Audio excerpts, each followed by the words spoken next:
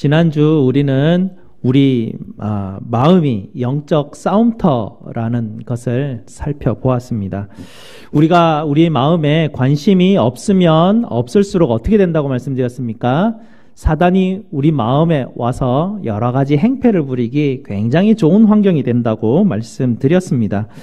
우리가 우리의 마음에 관심을 기울이지 않으면 우리 마음의 영적 싸움터에 이 사단이 와서 마구 휘저어 놓아가지고 우리 마음에다가 거짓된 것들을 막 집어넣고 우리 마음에다가 정말 헛된 것들을 막 집어넣어가지고 우리 마음이 혼돈에 빠지게 만들고 두렵고 염려하고 걱정하고 미워하고 우리 마음이 정말 이렇게 쓰레기장 같이 그렇게 만들어버리는 그런 상황으로 우리를 내버려 두게 된다는 얘기죠. 그러나 예수님께서 우리를 그런 마음의 헛된 것 가운데 망가진 것 가운데 그대로 두시지 않으시고 우리 주님께서 이스라엘 백성들을 애굽에서 건져내었듯이 예수님께서 우리를 구원하여 주셔서 우리의 마음을 치료하여 주시고 회복시켜 주시는 놀라운 은혜를 주셨습니다. 우리 하나님께서는 우리 예수님을 통하여서 우리의 마음에 사단이 불어넣었던 그 헛된 것들, 거짓된 것들을 다 제거하여 주시고 다시 예수님의 생명, 예수님의 마음을 우리 가운데 새로 불어넣어 주셨다. 그렇게 하기 위해서 하나님의 놀라운 능력이신 모든 강력한 진을 허물어뜨리시는 하나님의 능력이신 성령의 검인 말씀을 무기로 우리에게 주셨다. 그렇게 지난주 우리가 말씀을 들었습니다. 이 성령 하나님께서 우리 안에서 말할 수 없는 탄식으로 기도한다라는 것 우리 다 알고 있지 않습니까? 그 성령 하나님께서 우리 마음에서 탄식하며 기도하시면서 우리의 마음의 모든 생각들을 그리스도께로 복종시키시는 그 사역 가운데 임하시는데 우리가 마음에 관심을 기울이지 않으면 우리 마음이 어디로 갈지 우리는 정말 방치해버리는 것이죠. 우리 성령께서 우리의 마음을 다잡고 우리의 마음을 변화시키는 그 사역에 우리가 관심을 기울이고 우리가 의지적으로 우리의 마음을 돌이키는 곳에 우리가 힘써야 된다라고 지난주 말씀드렸듯이 오늘도 우리 주님께서 우리에게 또 이 엘리야 선지자를 또 보내셔서 우리의 마음을 아버지께로 돌이키게 하시는데 마음을 돌이키라 라고 이렇게 우리의 말씀을 권면해 주고 계십니다. 우리가 마음에 대해서 살펴보는데 우리가 마음에 대해서 어쩌면 또 오해하는 부분들이 또 있습니다. 우리의 머리에 뇌가 있고 우리 몸에 심장이 있듯이 우리의 마음에도 우리 안에도 우리 마음이 어디 한켠에 있지 않을까. 그래서 마음이 머리와 심장과 같은 어떤 한 부분이 아닐까 정도로 생각하는 오해가 있습니다. 왜냐하면 우리가 이런 경험 때문에 그런데요. 여러분 혹시 억울한 일을 당할 때 여러분 몸 가운데 어디가 주로 아프십니까? 이렇게 좀 설명하면 여러분 돈을 어마어마한 많은 돈을 누가 떼먹고 도망갔습니다. 그럴 때 여러분 육체 가운데 어디가 가장 쓰라리고 아프십니까? 네, 여기쯤? 여러분 실현당했을 때 여러분 마음, 배신당했을 때 여러분 마음이 어디쯤 아프십니까? 여기쯤? 네. 그래서 우리는 마음이 여기쯤 어디 있지 않을까? 우리는 마음이 아프다, 마음이 슬프다, 마음이 좋다. 이래서 마음이 어떤 감정하고 조금 연결되어 있지 않은가 정도로 오해하는 그런 경향들이 있습니다. 그래서 우리가 신앙이 있다. 또 그래서 복음성가를 막 부르면서 우리가 나 무엇과도 주님을 바꾸지 않으리 막 이렇게 갑자기 찬양하는데 갑자기 마음이 막 뭉클해지고요. 눈물이 핑 도니까 나는 역시 하나님을 사랑하는 것 같아. 라고 우리는 그렇게 생각을 하게 됩니다. 왜냐하면 우리 마음이 감정과 연결되어 있다라고 생각하기 때문에 그렇죠. 하나님을 사랑한다라는 것은 찬양을 부를 때 마음이 막 뜨거워지는 것 거기에만 있지 않다라는 것입니다.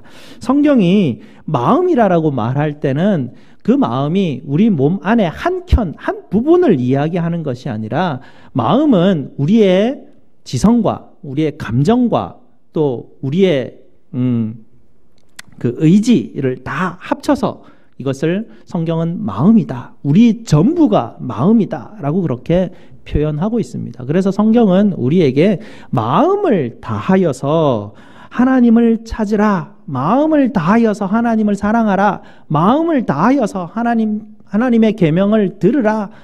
마음에 할례를 행하라 라고 말하는 것은 우리 전인을 이야기하는 것입니다. 한 부분을 이야기하는 것이 아니죠. 그래서 우리가 말씀을 대할 때 우리가 하나님의 말씀을 들으면서 우리 전인이 하나님을 쫓아가는 것이고 우리가 하나님을 따라가는 것이죠. 오늘 우리가 또 우리 샤론 찬양대가 찬양하였듯이 우리가 예수님을 따라가기를 원하는 것입니다. 할렐루야 찬송하면서 우리가 곤고한 길이 우리 앞에 놓여 있을지라도 우리 여전히 하나님을 따라가겠습니다라고 결단하는 그 모든 것이 우리의 마음이다라는 것이죠. 우리의 감정만 하나님 예수님의 이름만 부르면서 예수님이 우리에게 가르쳐 주신 것은 또 모른 척하며 그렇게 삶을 살아가는 마음 따로, 의지 따로, 생각 따로, 감정 따로 이렇게 노는 게 아니라라고 성경은 우리에게 가르쳐 주고 있습니다. 그러나 이스라엘 백성들이 어떻게 했습니까? 이런 마음을 잃어버렸습니다. 그 하나님이 그들에게 부어준 사랑의 법을 따라가는 하나님의 놀라운 복을 누리는 그 원리들을 잃어버리고 말았죠. 그것을 하나님께서는 이스라엘 백성들의 역사를 통해서 우리에게 보여주시는데요. 이스라엘 백성들 이집트에 끌려가서 노예 생활을 하면서 그곳에서 하나님에 대한 많은 것들을 잃어버렸습니다. 하나님의 이름 정도만 생각하고 이름 정도만 알 뿐이었고 하나님이 어떤 분이신지 전혀 알지 못하는 그런 상황 가운데 빠졌지만 하나님께서 이스라엘 백성들을 애굽에서 구원하시죠. 약속의 땅으로 인도하십니다. 그리고 가나안 땅, 약속의 땅에 들어가게 되면 너희가 그곳에서 이방인들과 결혼하지 마라라고 명령하십니다. 금지하는 명령을 내리시죠. 왜냐하면 그 가나안 땅의 백성들이 이스라엘 백성들에게 찾아와서 하나님을 믿는 신앙과 바알을 믿는 신앙을 교묘하게 혼합시켜버릴 위험, 그런 어떤 유혹이 남겨져 있기 때문에 하나님은 이스라엘 백성들에게 그들과 혼인하지 말라라고 금지 명령을 내리시지만 이스라엘 백성들이 하나님의 그 경고를 무시하죠. 대수롭게 생각하지 않습니다.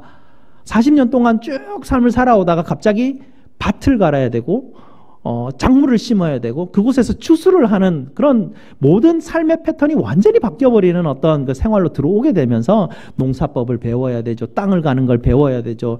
우리 새롭게 그 터전을 자리 잡은 곳에 성을 쌓아야 되고 굉장히 분주한 가운데 삶을 살아가다 보니까 하나님이 그들에게 주셨던 말씀을 잃어버리고 자기들의 마음을 관심을 기울이지 않고 마음을 마음대로 내버려 두는 그런 사건들이 벌어지게 됩니다. 이스라엘 백성들이 이 바알이라는 이름이 별로 낯설지가 않았습니다. 왜냐하면 히브리 단어 명사에 바알이라는 말이 있습니다. 이 바알이라는 말의 뜻이 뭐냐면 내 남편, 내 주님이라는 뜻이죠. 하나님이 그들의 남편이시고 그들의 주님이시기 때문에 이스라엘 백성들은 그냥 무심결에 바알이라고 하나님을 바알이라고 부르는 그런 상황들도 있었기 때문에 바알이 그렇게 낯선 이름이 아니었습니다. 호세아서에 보면 그런 내용이 나타나는데요.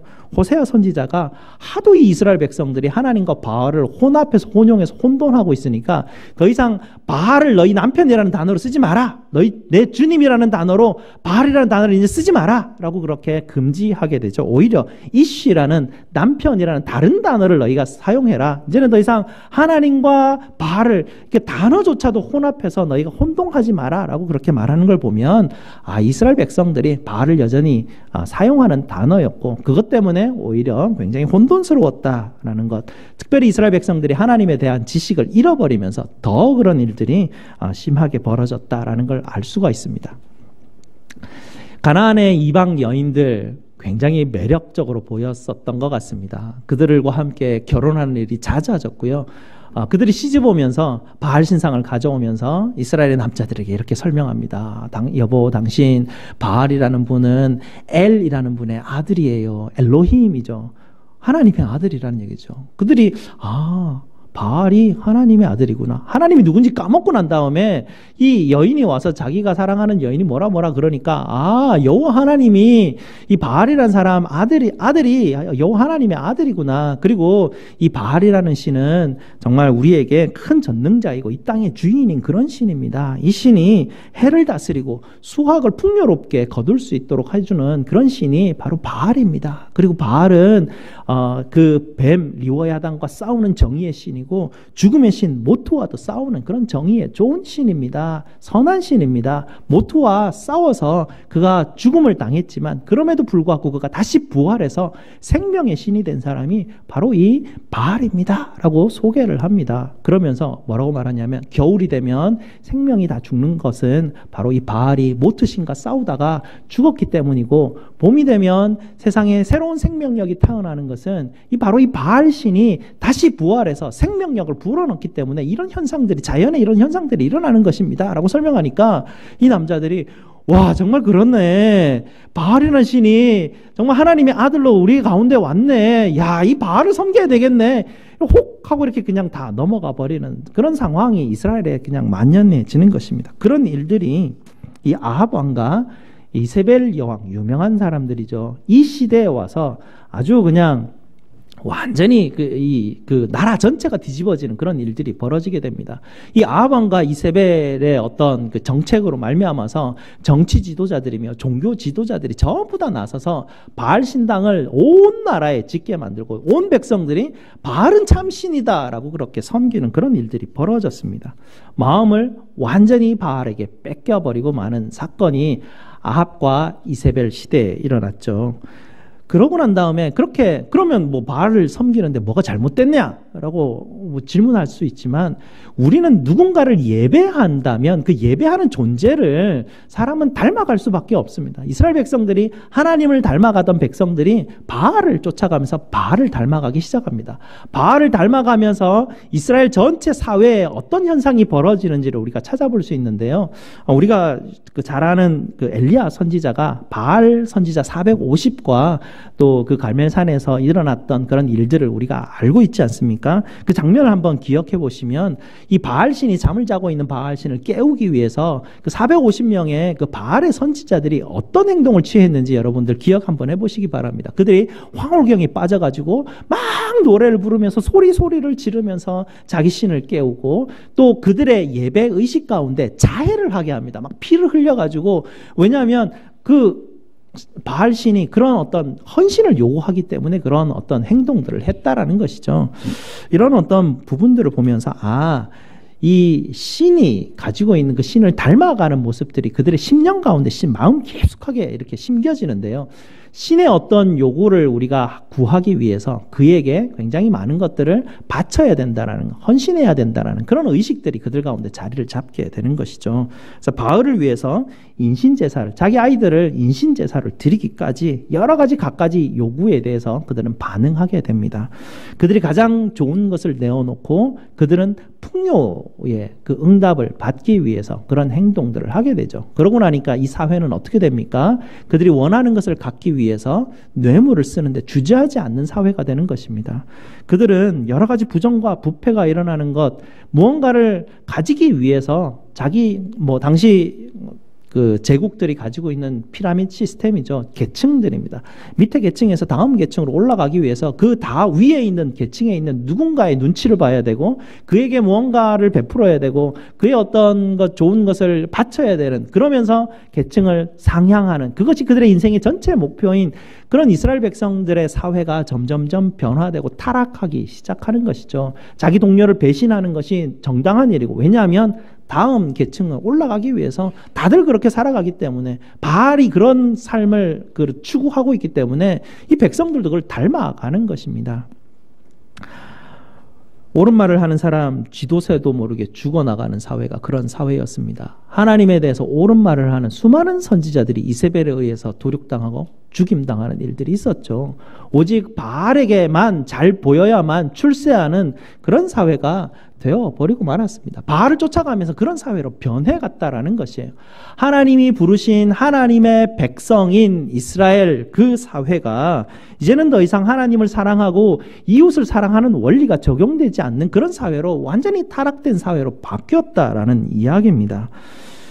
하나님의 언약 백성이 이제는 정말 이방인 나라와 전혀 다를 바 없는 그런 나라로 점점 바뀌어버리는 암울한 시대가 바로 그 시대였는데요. 그 시대에 하나님께서 이스라엘 자기 백성들의 마음을 돌이키게 하기 위해서 바로 이 선지자 엘리야를 보내셨습니다. 오늘 본문은 그 엘리야를 보냈던 그 사건을 기억하면서 이 말라기 선지자가 우리에게 다시 하나님의 말씀을 전해주시는데요. 예수님께서 다시 오시기 전에 이 아합과 이세벨의 시대와 같은 이 시대처럼 하나님의 이름을 부르지만, 예수님의 이름을 부르지만 예수를 따라가지 않고 세상의 풍요의 신을 따라가는 그런 현상들이 일어나는 그런 시대가 올 것이다 라고 우리에게 말해주고 있으면서, 그런 시대, 그런 비슷한 위기가 닥칠 때 하나님께서는 다시 엘리야를 보내셔서 그들의 마음을 돌이키게 하시겠다라는 것이 오늘 말씀인 것입니다.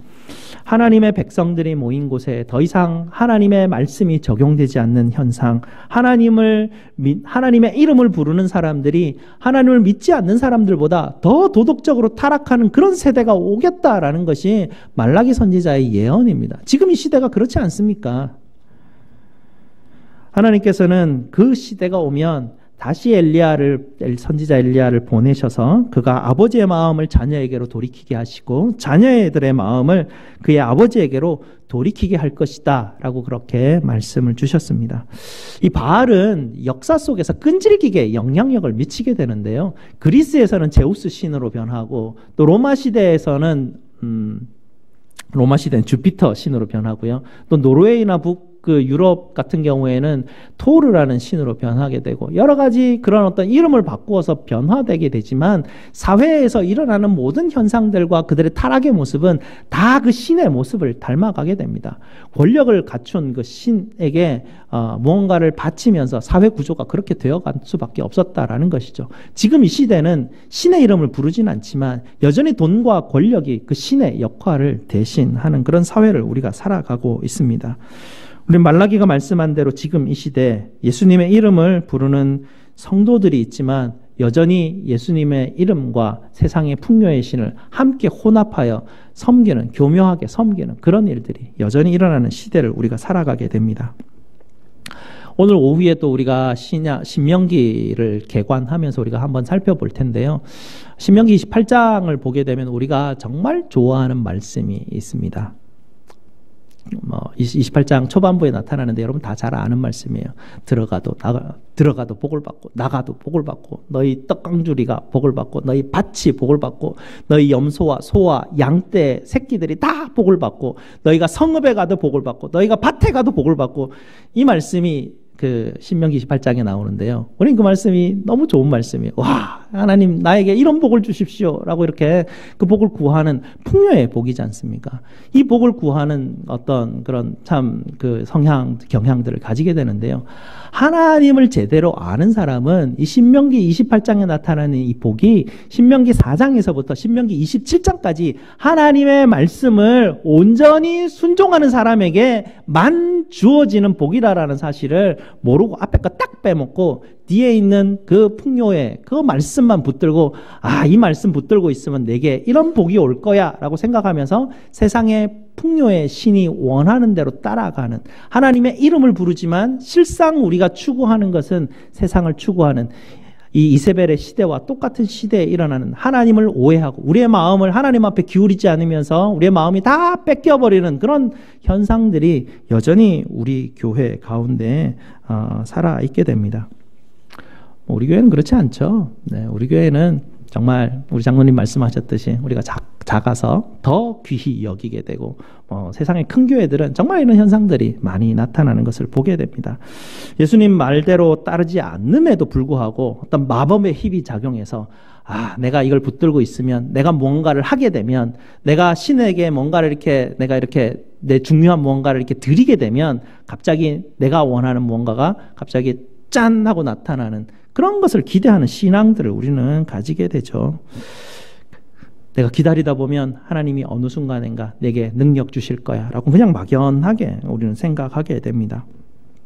그게 아니라 마음은 의도적이 필요합니다. 의도적으로 우리가 예수님의 말씀을 따라가기로 내가 그 마음의 방향을 바꾸지 않으면, 오늘 말씀처럼 아버지에게로 돌이키는 이 성령 하나님의 역사하심에 내가 동참해서 내 마음을 돌이키지 않으면 이런 일들이 그냥 무수히 일어난다라는 얘기예요. 내가 예수를 이름을 부르는데 예수의 말씀은 따라가지 않는, 굉장히 논리적으로 앞뒤가 맞지 않는 그런 현상들이 우리 신앙생활 가운데 벌어진다는 얘기죠. 예수님도 그렇게 말씀하셨지 않습니까? 주여 주여 부르는 자마다 다 그렇게 주님을 따라 주님께서 그들에게 응답하지 않습니다. 주여 주여 주의 이름으로 무엇을 행하고 주의 이름으로 무엇을 행하지만 예수님이 나는 너를 모른다 하시는 이유는 무엇이냐면 그들이 예수의 이름은 부르지만 예수께서 말씀하셨던 그 말씀은 따라가지 않기 때문에 그렇습니다. 여전히 예수님의 말씀에 관심이 없고 여전히 미워하고 너가 먼저 마음 풀지 않으면 나는 절대로 마음 풀지 않을 거야 라고 이런 마음을 가지고 있으면서 여전히 나는 기도하면 하나님께서 내 기도 들어주신다라는 좀 특이한 마음들이죠. 우리 마음이 이렇게 좀 나누어진 마음들을 가지고 있어요. 이런 어떤 마음들 하나님께서 내게 정말 은혜와 평강을 주시기를 간절히 바라면서도 그걸 바라면 하나님의 말씀이 뭔지 이렇게 관심이 가야 되는데 관심이 안 가고 기도만 그렇게 하고 원하는 것만 그렇게 하는 그런 어떤 모습들을 보게 됩니다. 하나님이 우리에게 선물을 주셨지 않습니까? 정말 놀라운 선물을 주셨습니다. 하나님이 전부를 우리에게 주셨지 않습니까? 하나님의 전부를 주시는 그 선물을 우리가 받았으면 이 선물이 귀하잖아요. 여러분 생각을 해보세요. 여러분이 누군가 이렇게 선물을 주셨어요. 여러분이 저에게 뭐 넥타이를 주셨다 생각해 보세요. 저는 넥타이가 마음에 들지 않아서 넥타이를 전혀 매지가 않아요. 목사님 내가 선물 드렸는데 저 넥타이 한 번도 안 매시네. 이렇게 생각하면 정말 섭섭하잖아요. 근데 내가 선물해드렸던 넥타이를 내가 다 목사님이 매시고 이런 걸 보면 선물을 받은 사람이 이걸 귀히 여기고 소중히 여기면 선물 준 사람이 그것에 대한 만족함과 흡족함이 있습니다. 하나님이 우리에게 선물을 주셨는데 그 선물을 우리가 귀히 여기고 그 선물이 무엇인가 살피고 그걸 이렇게 꼭 품고 있으면 그 하나님께서 주시는 그 복이 그들에게 누려진다라는 것인데 하나님께서 주신 선물은 관심이 없고 이건 뒷방에 내팽개쳐 놓고 내가 원하는 것만 자꾸 가서 뭔가를 하게 된다라는 것은 뭔가 앞뒤가 안 맞는 신앙이다라는 것입니다. 하나님은 그런 하나님이 아니시다라는 것을 말씀을 통해서 우리에게 보여주시는데요. 예를 들면 이렇습니다. 여러분이 어떤 방에 들어갔는데 한 사람이 끈을 내려뜨리고 목을 메고 이제 자살하려고 하는 기도를 하는데요. 문을 딱 열었을 때 의자가 툭 떨어지게 됩니다. 그럴 때 여러분은 어떻게 반응하시겠습니까? 하나님은 어떻게 반응하실까요? 너는 내가 호흡법이라는 기본적인 창조의 원리를 너가 주었는데 그 호흡하는 법을 너가 따르지 않고 그 숨을 그렇게 목을 매버리면 당연히 죽지. 내가 너에게 주었던 그 말씀의 법칙을 순종하지 않으니 너는 벌을 받아야 마땅해 라고 하나님 그렇게 반응하셔요? 그렇게 반응하시는 하나님이 아니세요. 그러나 세상의 신과 풍요의 신들은 그렇게 반응하도록 우리를 유도하게 되죠. 우리도 그렇게 반응하지 않습니다. 살리죠. 하나님은 예수님을 보내셔서 마땅히 우리가 그 호흡법을 어겨서 죽어야 마땅한 가운데 있지만 예수님께서 대신 죽어주시고 예수님께서 우리의 목줄을 풀어서 살려주시죠. 그것이 하나님이 우리에게 내리신 사랑이고 그것이 우리에게 주신 선물입니다. 그런데 그렇게 살아난 사람이 예수님 너무 감사해요. 예수님이 내 생명의 은인이세요 하고 또 올라가가지고 또 목을 매달아가지고 막 이러고 그러고 있어요. 그 예수님이 또 살려주시면 또 용서해 주시고 또 살려주시면 예수님 너무 감사해요. 예수님이 나의 구주예요 하면서 또 목을 매달아가지고 좀 비슷한 행동을 우리가 하고 있지 않습니까?